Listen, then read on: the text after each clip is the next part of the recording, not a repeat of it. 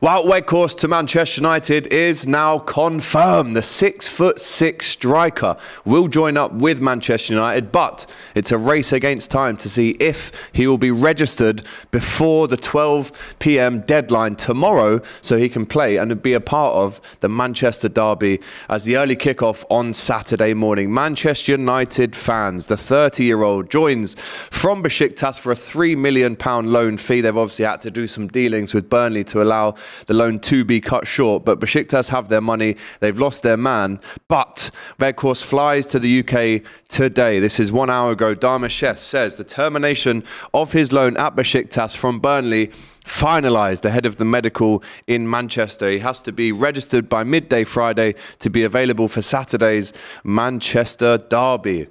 I can't believe this signing has even happened, considering when we all learned of Weghorst when he came to England in 2021, around this time last year, to play for Burnley. Did okay, started off well, came to Burnley with a great scoring record, one of the best in Europe actually for that season. And then Burnley go down. Naturally, he doesn't want to play in the Championship, finds a really interesting move to Besiktas. 9 goals, 18 games, cult hero. Manchester United need a striker. That is how it's worked out. And Wout Weghorst finds himself paying a bit of his own money to even make the deal happening. But he now becomes the club's tallest ever player. 1'97", 6'6", right? We're just a little bit shy of the 6'7" and a half Peter Crouch record. But I think Weghorst offers something a little bit different. He can't wait to play for Ten Hag. He can't wait to join up with his teammates now at Manchester United. And think about this. Again, another question for United fans. Dalot and Shaw, obviously very impressive this season from wing-backs.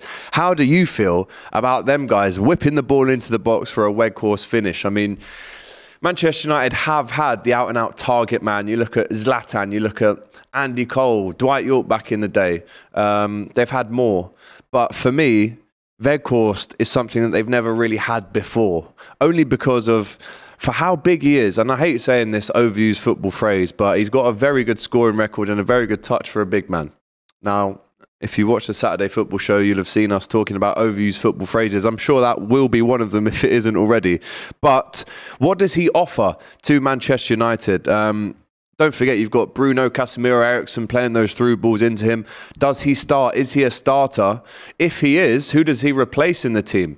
We know that Ten Hag has spoken at length about how Anthony Martial maybe can't deal with the workload up front when it comes to not only pressing, not only linking the play up, not only dropping, but also putting the ball into the back of the net. He said, in his own words, that Martial isn't that guy to do that for him. But Wout Weghorst, and from what I've seen, I was at the World Cup and saw him score that very clever goal against Argentina. He isn't just what you'd think he offers. He offers a lot more. He presses like a beast.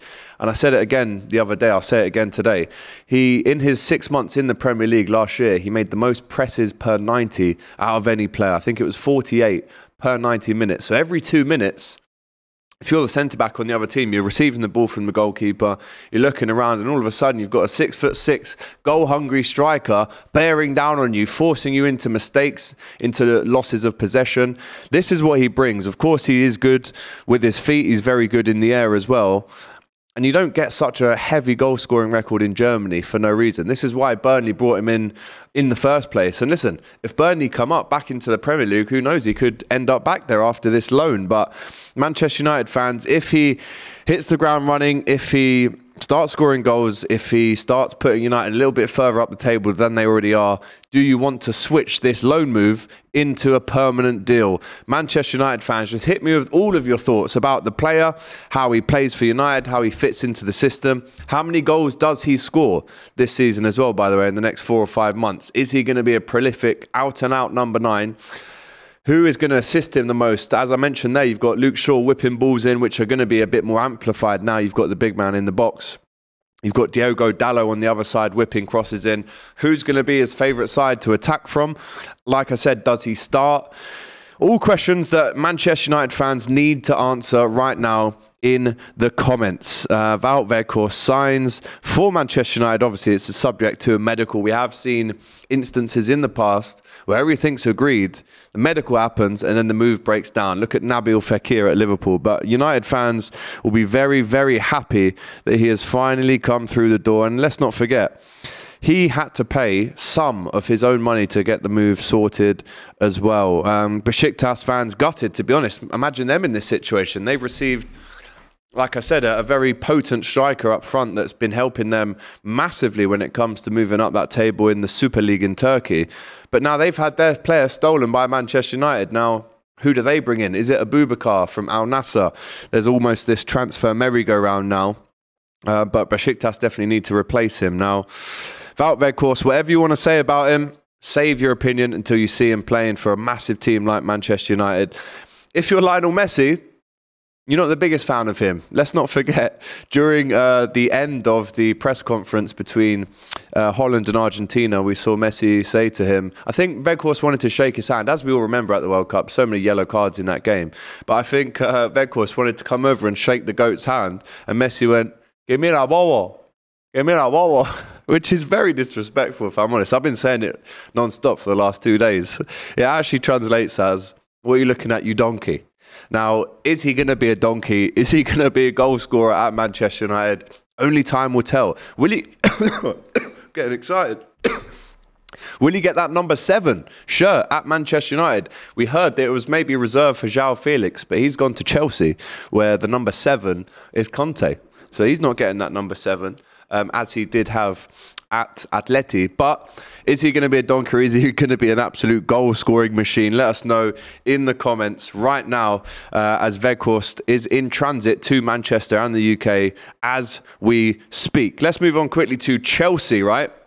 Now, how many times have we heard this transfer window? Spurs interested in a player. Liverpool interested in a player. Arsenal interested in a player. Manchester United interested in a player. And then Chelsea swoop in and take them. And it's almost about to happen again. Chelsea could attempt to gazump London rivals Tottenham in the race for Sporting Lisbon defender Pedro Porro.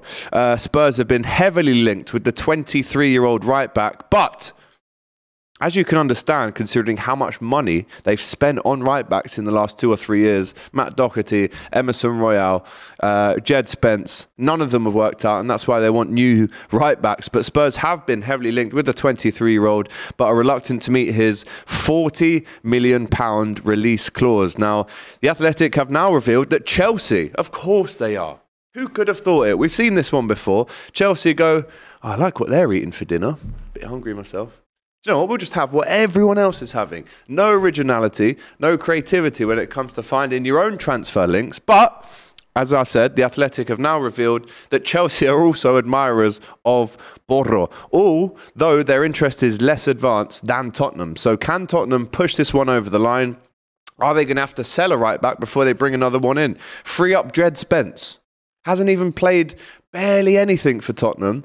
Next talent, the next one coming through as a right back to really make some waves. But no, he hasn't been given the opportunity. It looks like they're going to go to Sporting Lisbon and take Pedro Porro, unless Chelsea have anything to do with it. So Spurs, do you need him? Do you need to replace him? Do you need to sell someone to bring him in? Chelsea fans, I'm 100% certain that this isn't your own doing. This is stealing, scouting tactics. But anyway, Chelsea, they've done it with Felix. He's now joined, and they could as well do it with Porro.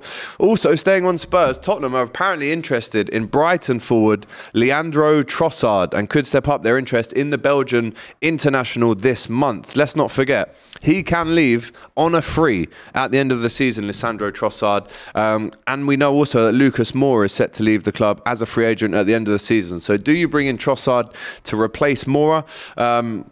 Spurs have also lodged an inquiry with Sporting Lisbon in regards to their former player Marcus Edwards, who they let go to Sporting Lisbon, who came back to almost haunt them in the Champions League. However, the Londoners are not expected to follow that inquiry up. And it also looks like Jorginho is set to leave Chelsea for free at the end of the season. The 31-year-old is apparently ready to return to the Serie A after a lengthy stay in West London. Juventus have also been mooted as a potential destination. Also, getting reports here that Leeds are about to going big for Hoffenheim forward Giuliano Rutter in a massive deal, and this would be a club record, by the way, for 35.5 million. The reports claims that Leeds have agreed terms on a deal worth 40 million for the 20-year-old, who is expected to travel to Ellen Road for his medical imminently. What does that mean for the likes of Rodrigo? What does it mean for the likes of Patrick Bamford? Leeds looking to spend big. Will it move them up the table? They need it. Also, Danny Murphy, the former Liverpool midfielder, believes that Harry Maguire needs to accept now that his career at Manchester United is, and I quote, done. He could still thrive by moving to a club like Newcastle, he says. I heard reports earlier on this week that Maguire was found in the Midlands. So could he be going to Wolves or an Aston Villa as well? Let us know in the comments. But to round it off for you right now, Manchester United fans, Wout Weghorst, what does he mean to United? How many goals does he score? Does he start? Etc., etc. The 30-year-old is flying to Manchester right now for that medical. Also, let us know what you think about the Tottenham and the Chelsea news as well. I've been AGT. This has been DR Sports Transfers. We'll see you tomorrow for more of the same. Take care.